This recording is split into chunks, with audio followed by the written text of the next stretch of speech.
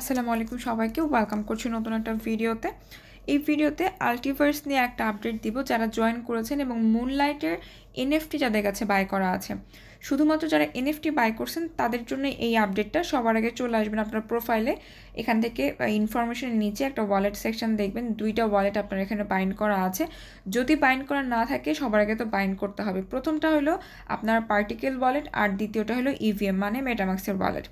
তো যারা ভিডিও দেখে জয়েন করেছেন এবং এনএফটি বাই করছেন সবারই এই দুইটা ওয়ালেট বাইন্ড করা আছে। কোনো কারণে না থাকলে আপনারা বাইন্ড করে নেবেন। এরপর আপনাদেরকে একটা লিঙ্ক দিয়ে দিব, এখান থেকে ওয়ালেটটা কানেক্ট করতে হবে। তো এখান থেকে ওয়ালেট কিন্তু আপনাদের গেম ওয়ালেট কানেক্ট করতে হবে, মানে মেটামাক্স কানেক্ট করলে হবে না।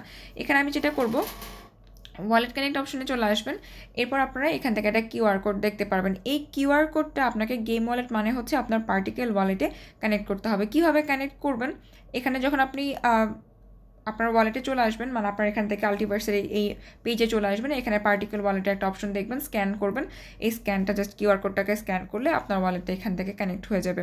কানেক্ট হওয়ার পরে যেটা দেখবেন যে মাই চিপ অপশনে আপনার একটা সিলভার চিপ থাকবে। এই চিপটাকে আপনাকে ট্রান্সফার করতে হবে সেই ওয়ালেটে যে ওয়ালেটটা আপনার বাইন্ড করা আছে আল্টিভার্সে, সেটা আবার মেটামাক্স। সহজ কথায় বলি, ট্রান্সফার অপশনে ক্লিক করবেন, এই ওয়ালেট অ্যাড্রেসের এখানে মেটামাক্স অ্যাড্রেসটা দিয়ে দিবেন।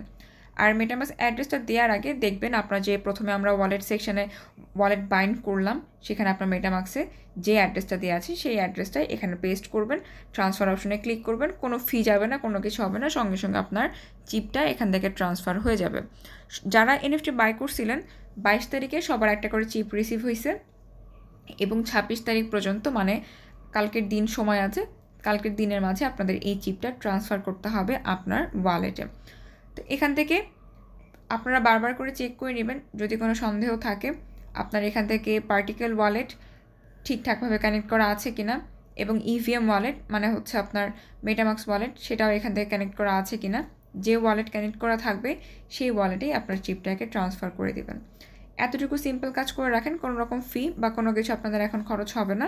এবং এটি নিয়ে যত নেক্সট আপডেট আসবে সব কিছু টেলিগ্রাম চ্যানেলেই দিব।